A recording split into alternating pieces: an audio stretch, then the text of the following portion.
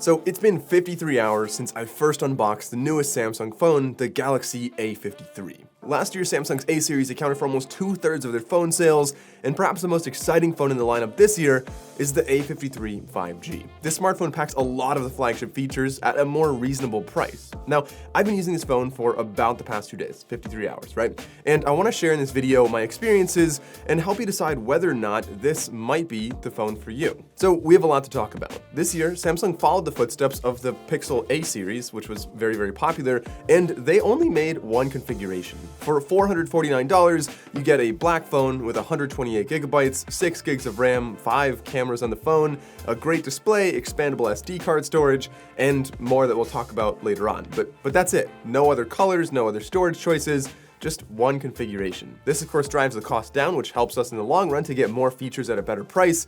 But the good news is, a lot of what they offered here I think is really the right stuff. Now, the lack of colors can be fixed with a case, the lack of extra storage can be fixed with expandable storage, and much like the flagship S22 phones, this phone also has a slimmer box, as you can see right here, and the box only includes the phone, a SIM tool, and a Type-C to C cable. So we no longer have the earbuds or the case or a charging brick.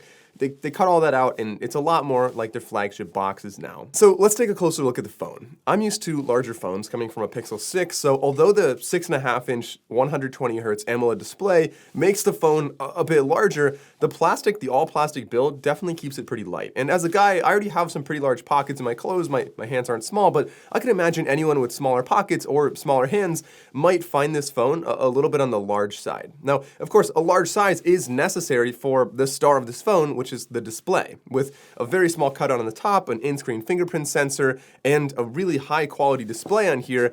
Like, it's no surprise that that's going to be one of the highlights of this phone. It's going to be great for gaming, for watching media, for anything you do with the phone. Now, the bezels are not non-existent here. This is a mid-range phone, so you have some bezels all the way around, but the good news is they're mostly symmetric, and I don't think they're a really big deal when I'm watching anything on the phone. So looking at that, the front of this phone already ticks a lot of the same boxes that a $1,000 flagship would do. The selfie camera has a little shiny ring around there. I'm not sure why they did that. The in-screen fingerprint sensor is optical instead of ultrasonic, but we'll talk more about that later in the video. But overall, the AMOLED display is very, very bright, really vibrant. It has great color. It's easy to watch in bright daylight if you're outside. Like I said, it's great for watching media, for gaming, whatever it might be. This is a Samsung phone, so it's no surprise that this has one of the best screens you can get on the market. Now, the combination of a large phone that is also very light does make it feel a little bit cheaper than a lot of flagships. So I've been using the iPhone 13 Pro, which is a relatively heavy phone, and so switching to this, it feels a little bit cheaper. The all-plastic design on the back, although it doesn't have any flex, like the plastic rails on the side, you can tell it's an all-plastic phone. But looking at it, you can't necessarily tell just from looking. Personally, I think this phone looks really nice. It reminds me a lot of the Galaxy S21 Ultra from last year, the matte black, one color everywhere. Honestly, I really love the A series design. So you can see overall, it's a pretty clean-looking phone. And looking around the edges of this on the top, we just have a microphone. The entire left side, there's nothing on there. Nice, clean design. It's a little bit boxier, you might notice. It's not as round on the rails all the way around, so that's kind of a trend we're seeing with a lot of the phones in the industry. Of course, the iPhone is very boxy now. Even the Galaxy phones are getting more boxy, and this one definitely feels a little bit more squared off. On the right side, we've got our volume rocker as well as our power button, and on the bottom, we have our speaker, another microphone, a USB Type-C port for charging, for data transfer, but unfortunately not for Samsung DeX. Plugging this in, I wasn't able to get Samsung DeX to work. There's no settings that say Samsung DeX. As of right now, DeX is not available on this phone. And then a big positive, next to that we have our SIM tray, which also doubles as an SD card tray for expandable storage up to 1 terabyte, so you don't have to worry about not having options to expand the phone. Remember, I only said this comes in 128 gigabytes, and that's it. So expand it with an SD card. It's kind of a useful feature. Unlike some other mid-range phones like the Pixel 5a, the Galaxy A53 does not have a headphone jack. Some good news, despite the light weight of this phone, is that the battery is actually still really impressive. I can easily get over 6 hours of screen on time in a day before I even get a low battery warning, so realistically you could probably get 6.5 or 7 hours of screen on time, and I think most people could afford to charge this probably every other day. I'm sure some people could even go every 3 days if you're really light with your usage. Besides the somewhat cheap feel, my first complaint with this phone is with the charging. So 25-watt charging is great, and it fills the 5,000 milliamp battery pretty quickly, but I much prefer wireless charging. When I'm in my car or at my desk, I have wireless chargers all over. It's just so nice to get in my car, set it there, it's charging, or on my desk on a stand. Unfortunately, this does not have wireless charging, so that's a bit of a drawback. But that's a compromise that is really relatively common among mid-range phones. Fortunately, a common compromise that most mid-range phones do make, that this one did not make, is the IP rating. Many mid-range and budget phones have no water resistance rating, and although, yes, they're less expensive, they're easier to replace, I still, I don't want my phone to die if I drop it in the puddle, right? I don't want to lose all my photos. So it's really nice that the Galaxy A53 has an IP67 water and dust rating. So this is the same rating you're getting on a lot of the top tier S series phones, the iPhones, most phones out there. And so it's great to see that kind of creep down into the more affordable phones. When it comes to cameras, of course, that's going to be one of the biggest selling points of this phone. And especially when you're comparing it to the competition, being like the iPhone SE, which only has one camera on the back, or the Pixel 5a, which has two. This one has 4 cameras on the back. But starting with the front, you've got a 32 megapixel front-facing camera, which in my opinion is way more megapixels than you need.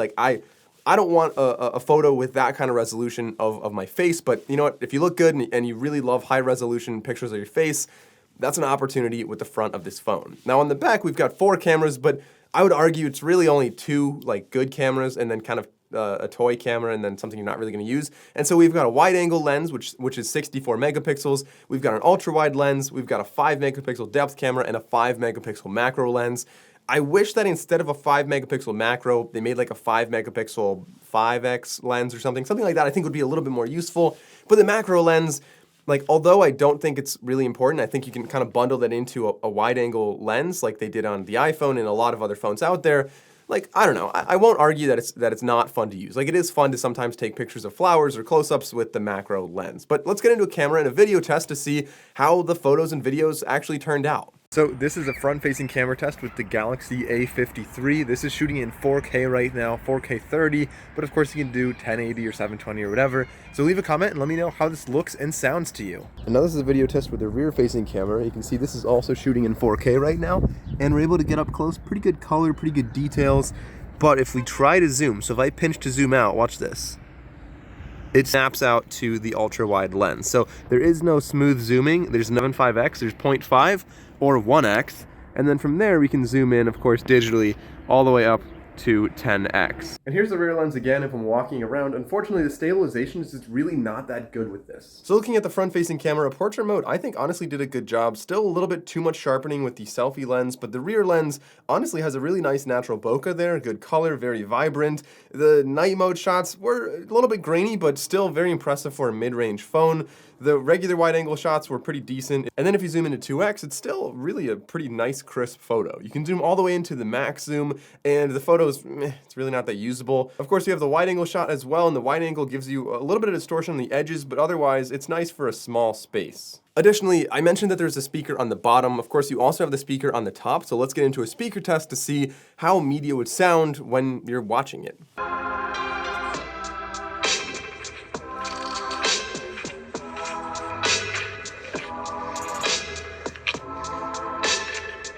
So what has this phone actually been like to use on a day-to-day basis? I've only been using this for 53 hours, but I think that's enough to kind of get a pretty good idea of what it's like to use this. And so some of the things that you're going to notice after you unbox it, maybe a couple days later, the first one is that although I really do like the matte black back, and it does a decent job of not showing fingerprints, it definitely can get a little bit smudgy from time to time. And of course, matte black, although I think it looks really nice, some people might get bored with that, so you might want to get something like a skin on the back of that, and I can link some down below. I was using the Pixel 6 Pro and the iPhone 13 Pro before. I have 2 phones, one personal and one business, and so coming down to this phone, it's a mid-range phone, so I don't expect it to be as fast, but it's the one thing that I really did notice. And so some of the customizations I made to this to make it feel a little bit faster, first of all, I mean, I always change this in the dark mode. That's not gonna make it feel faster, but it's something that I think is easier on the eyes. The second thing is I actually went into the animations and I reduced the animations as an accessibility setting. I actually just removed the animations and it does make it feel a lot faster. And of course, the third customization I always do to these mid-range Samsung phones is I changed over from the buttons on the bottom, like the home button, the back button. I made it swipe gestures. That's what I'm used to, and I think that gives you more screen real estate, and it just is easier for me to use that. I was, however, impressed with the overall value of this phone. I felt like besides the slightly slower processor and besides the slightly cheaper build quality, there was really almost nothing else that I think the average user would notice as a difference between these devices. You still have great cameras, you still have a great display, you have a probably even better battery life, and overall, like a really solid value for a phone. And I think most people probably wouldn't really functionally have a big difference noticed between this and a flagship phone, which makes it a really easy recommendation. Of course, you do have some other things that are available on Samsung flagship phones that are not on this one. Some of the flagship features like Samsung DeX, of course you got like dual Bluetooth audio, things like that are not on this one. But again, that's something that you don't see on a lot of competitive phones anyway. Now, in the mid-range category, there's a lot of competition now, and I'll compare this to the Pixel 5a and the iPhone SE in future videos. And if you want to see those, be sure to click the subscribe button below. But to summarize, this phone is probably going to have more features, more cameras, and a better display than those other competitors. But that doesn't mean it's going to be better. After 53 hours with this phone, I think it offers an incredible value. And in general, it's a really safe bet for you, for your kids or your parents, whoever you're buying this phone for. I think pretty much anybody who can afford this phone would be happy with this phone. So if you enjoyed this video, consider liking and subscribing. I'm Mike O'Brien. Thanks for watching, and I'll see you next time.